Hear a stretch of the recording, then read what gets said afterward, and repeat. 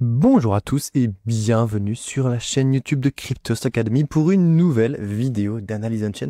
J'espère que vous allez bien, que vous allez du moins aussi bien que le marché du Bitcoin qui, comme nous l'avions déjà traité durant la dernière vidéo, attire tous les capitaux et se porte plutôt pas mal en ce moment. Il se porte plutôt bien et comme il se porte bien et qu'on est en marché haussier et qu'on arrive vers de nouveaux ATH, on va aujourd'hui se poser une question extrêmement importante qui va être notamment très utile pour tout le monde et je pense que cette vidéo servira de référence pour des prochains cycles haussiers. On va se poser la question, mes amis, comment est-ce qu'on fait pour identifier des sommets de marché haussier? Comment est-ce qu'on fait pour savoir en fait quels sont les moments où le prix est le plus haut, qui sont généralement les moments où il faut non pas acheter, mais les moments où il faut vendre? C'est toute la question qu'on va se poser aujourd'hui. Mais bien sûr, avant de nous lancer dans notre vidéo, je vous invite à aller nous soutenir si vous appréciez ce type de contenu, que ce soit les analyses de Vincent Gagne une fois tous les mardis ou les analyses on-chain un jeudi sur deux. Je vous invite à aller nous soutenir sur la chaîne YouTube de Cryptos Academy simplement en vous abonnant, en cliquant sur la petite cloche, histoire de rien louper à nos prochains contenus. On dirait pas comme ça vous prend vraiment 2-3 secondes, mais pour nous c'est un énorme, ça fait vraiment une énorme différence, c'est un énorme soutien que vous nous offrez.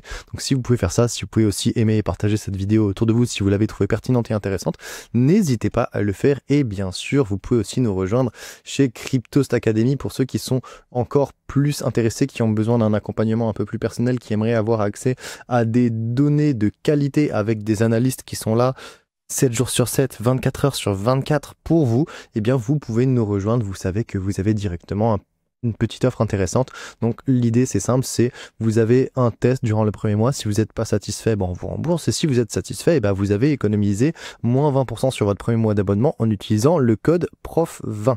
Voilà ce que je voulais vous présenter en début de vidéo. Maintenant, on va s'intéresser plus fondamentalement au cours du Bitcoin et à la manière dont on peut en isoler les points hauts. Donc le cours du Bitcoin dans son ensemble, il se situe actuellement aux alentours c'est un peu plus des 100 000 $, à peu près on va dire 108. Donc on voit qu'on a vraiment une tendance haussière de fond qui est active depuis 2023, avec des phases de hausse assez volatiles suivies de consolidation durant toutes les années, et l'année 2025 ne fait pas exception. On a déjà eu une consolidation durant la moitié de l'année, et on arrive à l'été avec une potentielle phase de reprise haussière qui pourrait nous emmener vers de potentiels sommets. On a déjà parlé des objectifs haussiers qu'on pourrait atteindre sur Bitcoin à court, à moyen et à long terme. Je vous invite à aller voir la vidéo qui a été faite à ce sujet. Donc c'était la vidéo où on parlait des potentiels points hauts. C'est potentiellement celle-ci, je me souviens plus exactement, mais on en avait déjà parlé.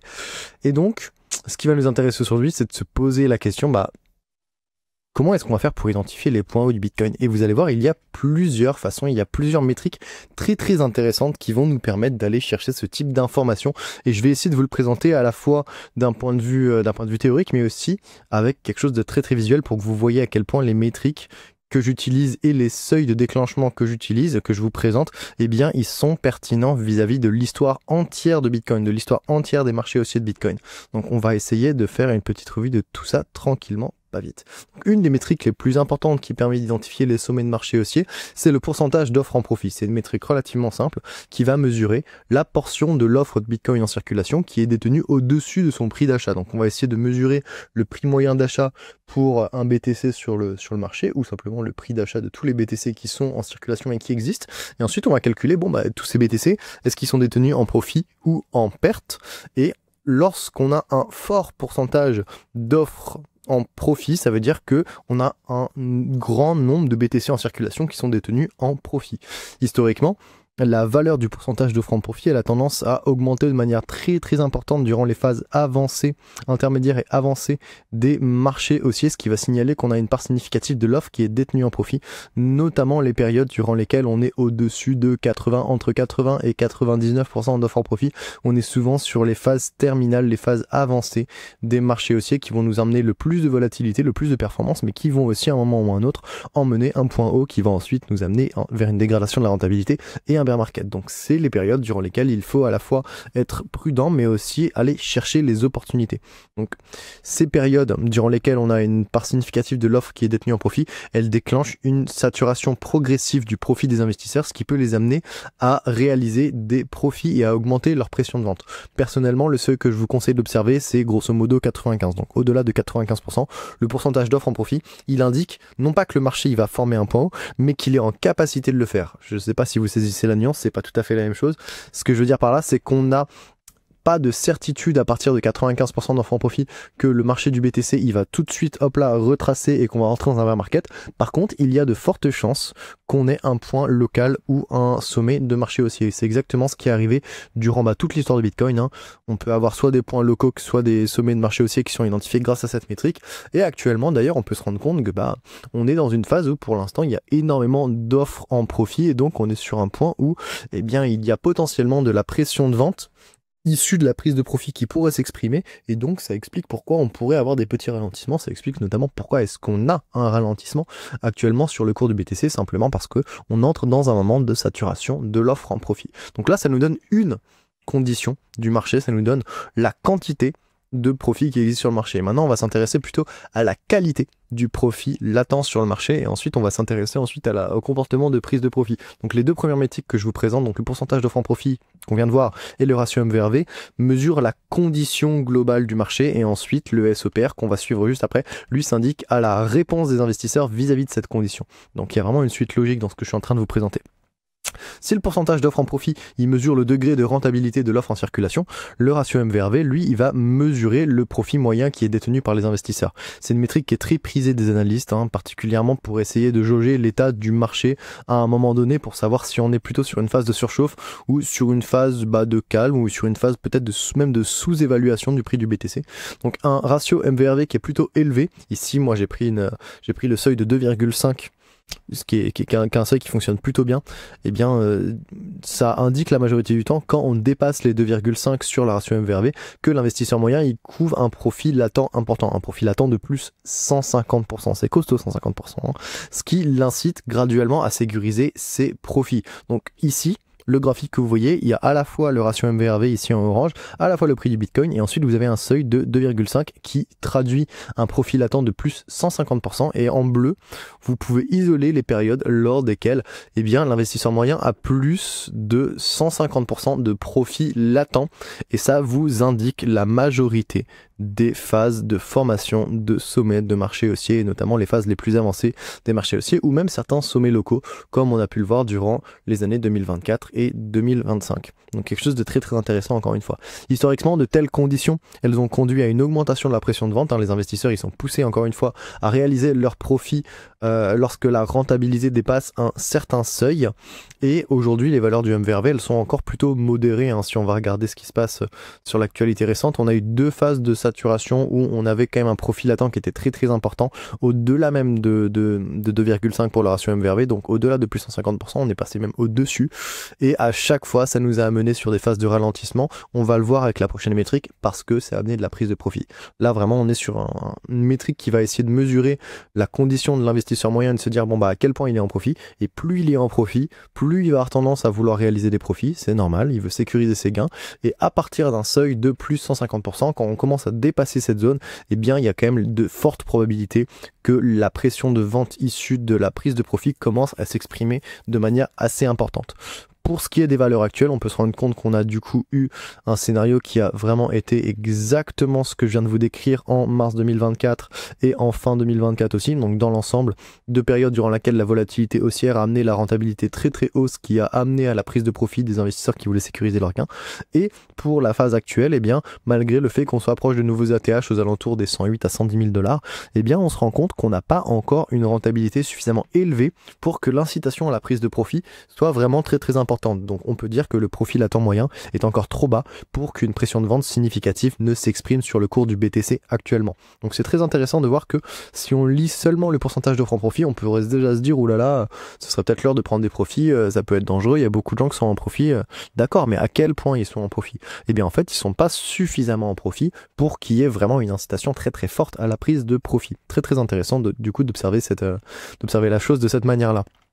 Ensuite, on a le ratio SOPR, Spent Output Profit Ratio, donc le ratio de rentabilité des dépenses. Donc une fois qu'on a la quantité d'offres qui est rentable et qu'on a le profil à temps moyen qui ont été évalués, on peut se poser la question de la rentabilité des dépenses des investisseurs. Ça nous permet d'estimer à quel point la pression de vente qui est exprimée sur le marché, elle est intense ou pas. Et en gros, ce qu'on est capable de voir via le ratio SEPR que vous avez, je vais pas le présenter parce que vous le connaissez, c'est une métrique dont on a l'habitude de parler sur cette chaîne, donc je vais pas rentrer en détail dans le mécanisme de l'indicateur et dans son fonctionnement. Il vous suffit d'aller regarder les 2-3 dernières vidéos pour vous mettre à jour sur le sujet. Mais ce qu'on va observer ici, c'est que lorsqu'on a un niveau important de prise de profit, eh bien ça indique généralement que le marché il s'approche d'un état de surchauffe et que l'offre va dépasser la demande. Pourquoi l'offre va dépasser la demande? Parce qu'il y a de plus en plus de personnes qui offrent des BTC, qui vendent des BTC pour sécuriser du profit. Et s'il n'y a pas suffisamment de demande des gens qui veulent acheter derrière, eh bien du coup on va créer un déséquilibre dans la balance offre-demande qui va être en faveur de l'offre. Donc l'offre va dépasser la demande et mécaniquement le prix va commencer à baisser. Donc la majorité du temps, lorsqu'un degré de profit important est réalisé, la capacité du marché à absorber les ventes, elle peut être dépassée parce que la demande des acheteurs ne suffit plus à compenser la pression de vente. Et actuellement, le degré de prise de profit, si on regarde, il reste plutôt modéré. Dans l'ensemble, il ne faut pas que le SEPR dépasse 1,08. Le seuil que vous voyez ici, c'est le 1,08. Ça veut dire qu'on a plus 8% de profits qui sont réalisés en une journée. C'est déjà beaucoup. Si vous arrivez à faire un profit quotidien de plus 8%, je vous félicite. C'est pas tout le monde qui arrive à faire ça. Il y en a qui n'arrivent même pas à faire ça. Je parle simplement même d'un livret A. Un livret A, ça fait pas plus 8% par année, ça fait même pas plus 4% par année. Là, on est vraiment sur des valeurs de rendement qui sont très très élevées, qui sont bien sûr des moments très très isolés dans l'histoire de tout le marché du Bitcoin. Ça n'arrive peut-être que 10%, même 5% du temps. C'est des valeurs très très particulières qui arrivent que durant des périodes de volatilité très très fortes, durant des tendances haussières soutenues. Et donc évidemment, ça n'arrive pas tout le temps.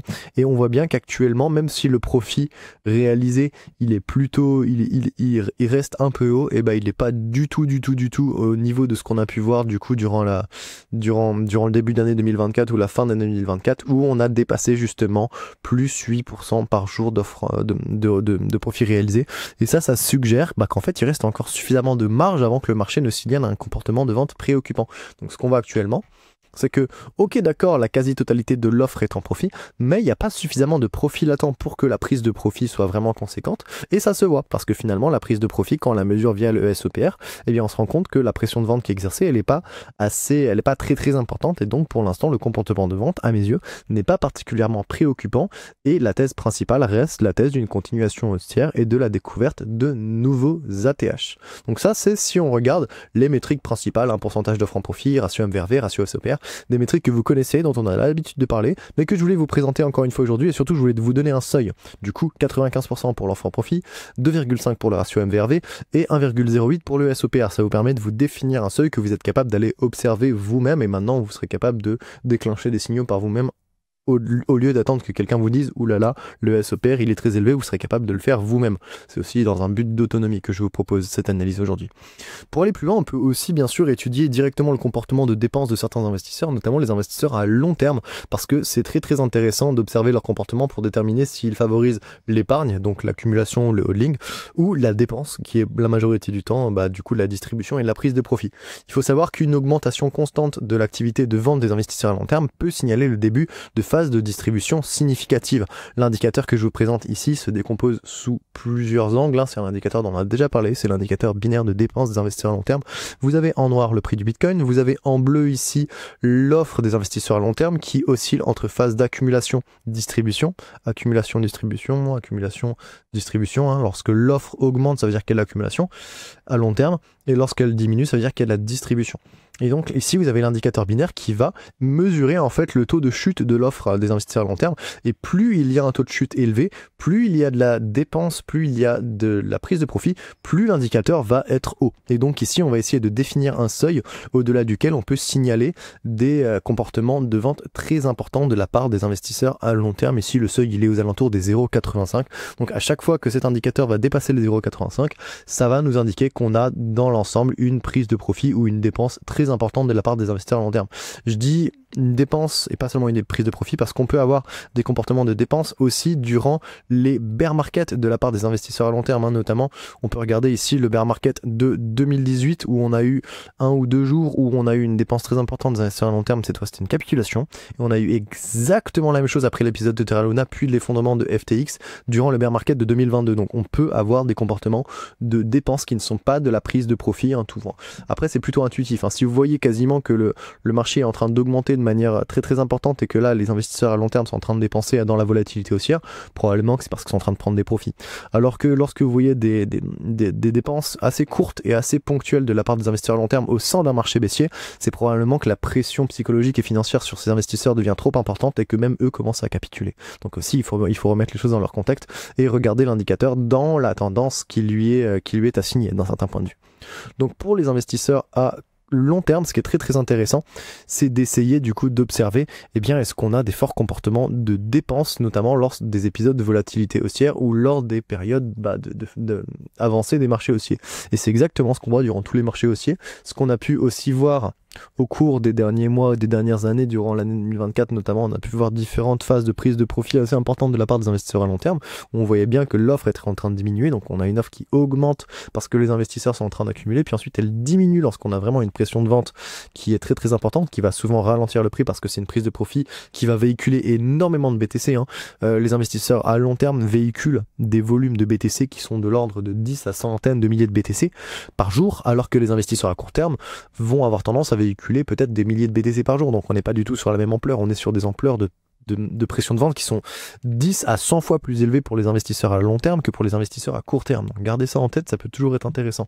Et qu'est-ce qu'on voit actuellement? On voit que l'offre des investisseurs à long terme elle est graduellement en train d'augmenter et qu'on n'a pas de signe de ralentissement ou de chute de l'offre des investisseurs à long terme. On voit bien que l'indicateur est plutôt bas, ce qui nous indique que pour le moment, le comportement dominant des investisseurs à long terme en mi-2025, eh bien c'est l'épargne et qu'aucun signe de distribution significative de leur offre n'a eu lieu depuis novembre 2024, grosso modo, hein, depuis, on pourrait dire janvier 2025. Ok, d'accord, c'est la dernière fois où on a vraiment une chute importante de leur offre, mais ce qu'on voit, c'est qu'on a encore une métrique qui nous indique que pour l'instant, il n'y a pas de dynamique de vente très très préoccupante, il n'y a pas de prise de profit majeure, que ce soit à court terme ou à long terme, et du coup il n'y a pas de raison de penser que le BTC va corriger de manière drastique et qu'on pourrait être dans un contexte de fin de bull market. Il n'y a vraiment rien qui nous indique ça pour l'instant.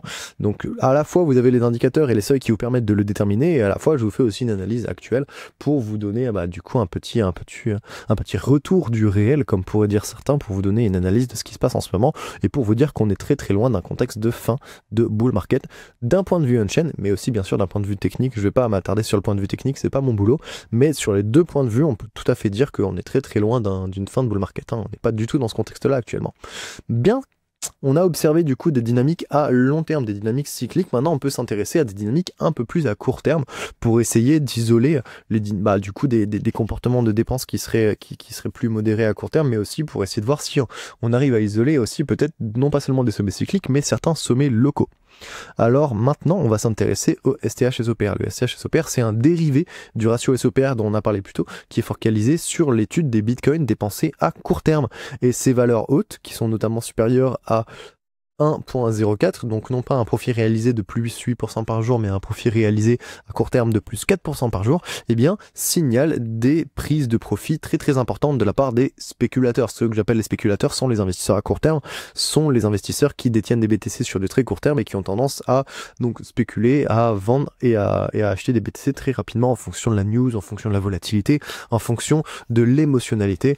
Et donc, ces prises de profit qui peuvent survenir après des épisodes de volatilité haussière très importantes, provoquent la majorité du temps une sécurisation assez rapide des profits qui sont engendrés, et donc une pression de vente qui va être plutôt accrue. Et lorsque on a de la prise de profit à court terme, qui en plus est aussi de la prise de profit à long terme, si on est capable de l'identifier avec différents graphiques, lorsqu'on a à la fois les investisseurs à court terme et les investisseurs à long terme qui sont en train de prendre profit, eh bien la majorité du temps, vous êtes sur un sommet local, et si vous êtes dans une fin de bull market, vous êtes probablement même sur un sommet cyclique. Donc encore une fois, un indicateur très très intéressant à observer de ce point de vue-là. Et qu'est-ce qu'on peut voir? On peut voir que ok d'accord, on a eu de la prise de profit à court terme à plusieurs occasions et ça a pu faire ralentir le prix, que ce soit sur des sommets locaux ou sur des sommets cycliques, hein.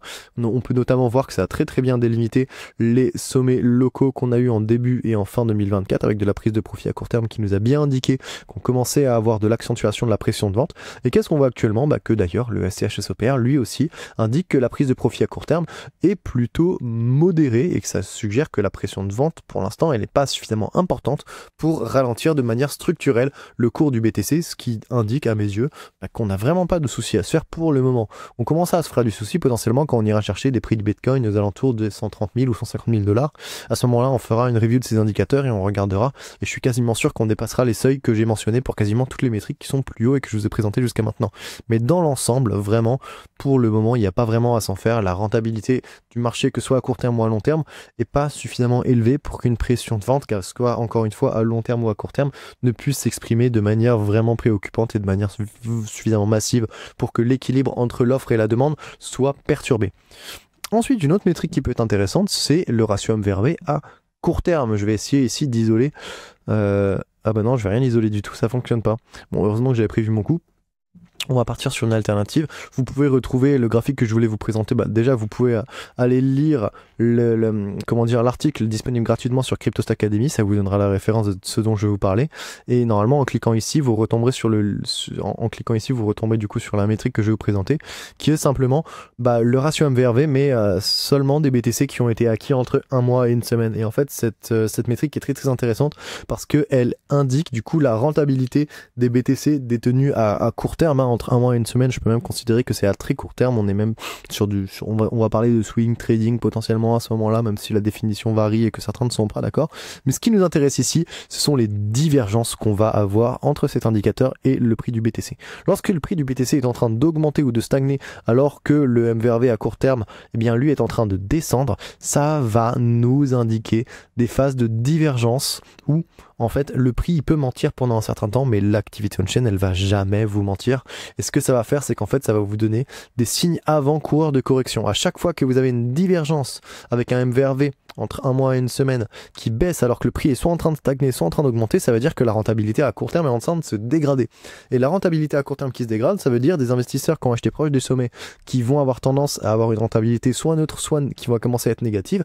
Et eux, ils vont directement, ils vont pas se poser de questions, ils vont pas attendre d'avoir moins 20 ou moins 50% de perte pour liquider leur position. Ils vont avoir moins 5% de perte, tout de suite ils vont vendre. Donc ils vont exprimer une pression de vente assez rapidement. Et ça peut être les choses qui vont initier un déséquilibre aussi à court terme entre l'offre et la demande et qui peuvent faire ralentir, voire faire ensuite corriger une tendance. Donc à chaque fois que vous voyez ce genre de petite divergence, vous pouvez commencer à vous méfier et à vous dire là peut-être que on pourrait avoir quelque chose d'un peu plus dangereux. Et si en plus vous couplez ça avec un seuil que je n'ai pas renseigné, mais là je vous le dis, un seuil de 1,2, à chaque fois que vous avez un MVRV à court terme qui va dépasser les 1,15, 1,2 et qu'en plus vous avez une divergence, vous avez deux signaux. Premièrement, le signal qu'on a une rentabilité à court terme qui a été très élevée, et deuxièmement, elle est en train de ralentir alors que le prix, lui, de son côté, il continue d'augmenter, mais donc la rentabilité à court terme est en train de se dégrader. Et ça, la majorité du temps, ça va vous indiquer qu'on va avoir un ralentissement de la tendance. Si vous pouvez aller lire l'article, je vous ai bien illustré ça, ralentissement de la tendance à court terme, et vous voyez qu'à chaque fois qu'on a une petite divergence, enfin pas à chaque fois, il faut prendre ça avec des pincettes, c'est pas un indicateur qui marche à tous les coups, mais sur les tendances les plus importantes, vous pouvez voir qu'à chaque fois ça peut avoir son intérêt, et c'est une métrique que j'utilise personnellement assez souvent, qui me permet, avec d'autres métriques, encore une fois c'est pas une métrique qu'il faut prendre toute seule, mais avec d'autres métriques, ça vous permet de savoir un peu quand sont les signaux les plus dangereux pour une tendance et quand est-ce que la tendance a le plus de chances de ralentir. Voilà ce que je voulais vous présenter aujourd'hui. J'espère que cette vidéo vous aura plu. On va faire un petit récap rapidement ensemble parce que maintenant vous êtes désormais capable d'identifier les sommets locaux et cycliques des marchés haussiers à l'aide d'un panel de métriques on-chain qui sont plutôt simples, qui sont plutôt accessibles. D'ailleurs, si vous voulez avoir plus d'informations vis-à-vis de où trouver des métriques on-chain gratuitement, où trouver et comment lire des métriques grâce à différents indicateurs et quels sont les sites de référence, bien sûr, vous pouvez nous rejoindre sur Cryptost Academy. On a toute une section de l'académie qui est faite pour l'analyse on-chain, pour les gens que ça intéresse et qui sont capables, du coup, aujourd'hui, en plus avec la formation qu'on a mis à jour il y a pas longtemps, d'aller chercher eux-mêmes plein de fournisseurs de données on-chain comme Glassnode, comme ChainExpose, comme The Bitcoin Lab, comme CheckOnChain, et qui sont en plus capables d'aller analyser des métriques tout seuls, comme des grands, comme je le fais moi-même, comme ce que je suis en train de vous présenter actuellement. Donc si vous voulez atteindre ce niveau d'autonomie, si vous voulez atteindre ce niveau d'expertise, n'hésitez pas à aller nous rejoindre chez Cryptost Academy, ce sera un grand plaisir d'avoir affaire à de nouveaux étudiants. En ce qui concerne la dynamique actuelle, les valeurs du ratio MVRV et du ratio SEPR pour le BTC sont encore modérées, ce qui suggère que le profil à temps moyen est encore plutôt bas et donc une pression de vente significative ne s'exprime pas pour l'instant. En plus, le comportement dominant des investisseurs à long terme en 2025, c'est l'épargne. On n'a aucun signe de distribution significative de leur offre depuis novembre 2024 ou début 2025 grosso modo. Et ça suggère qu'il reste encore de la marge avant que le marché crypto et surtout le cours du BTC n'ait à absorber une pression de vente significative et donc qu'il est à ralentir. Voilà ce que je voulais vous présenter aujourd'hui. J'espère encore une fois que cette analyse vous aura plu. Vous pouvez ici consulter directement l'article sur le site de Cryptost. Vous pouvez bien sûr aussi aller chercher directement le thread récapitulatif sur Twitter. N'hésitez pas à aller soutenir mon compte si jamais ça vous plaît. Vous aimez, vous mettez un petit like, vous partagez, vous commentez si ça vous fait plaisir. Et puis on se retrouve pour une nouvelle vidéo d'analyse on-chain d'ici 2 semaines. Portez-vous bien, à bientôt, ciao ciao.